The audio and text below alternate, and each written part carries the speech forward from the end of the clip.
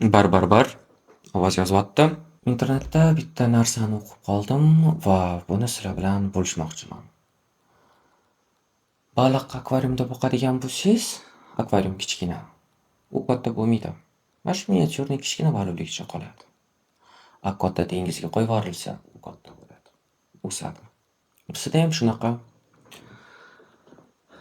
salohiyati past odamlar bilan bitta muhitda yursak, bitta jamoa bo'ladigan bo'lsak, ular bizani ushlab tursa, biz sekinlashamiz. Bu degani masalan, videoda aytgan edim, BMW olmoqchimisiz, Rolls-Royce olmoqchimisiz deb. Keling, BMW olmoqchisiz deylik. Bu degani bu guruhda yurib, mana shu odamlar bilan yaqin bo'lib, BMW ololmayman degani emas. Bu degani ulardan kechib ketish kerak, uzoqlashish kerak degani emas. Men buni aytmoqchi emasman. Bugun xafa qilgan bo'lsam uzr so'rayman.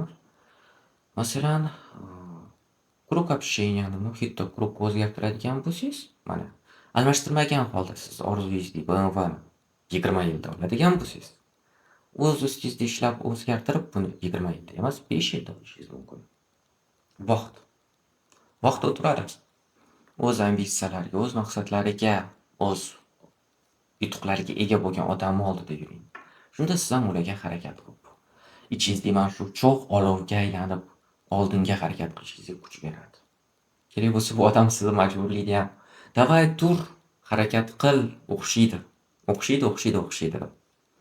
Mana bu nasling bo'lishini kutma, omadga qarama. Kimdir kelishini kutma, o'zing harakat qil. Mana shu so'zlarim mana o'sha ambitsiozning yutuqlarga erishgan yaqin bir insoningiz albatta bir kun yetadi sizga. Так что maslahat bergan bo'lardim. G'oliblar qatorida bo'ling. Mentalitetni o'zgartiring. Men sizga ishonaman. O'zimga ham ishonaman. O'zimga qanchalik ishonsam, o'zingizga shunchalik ishoning.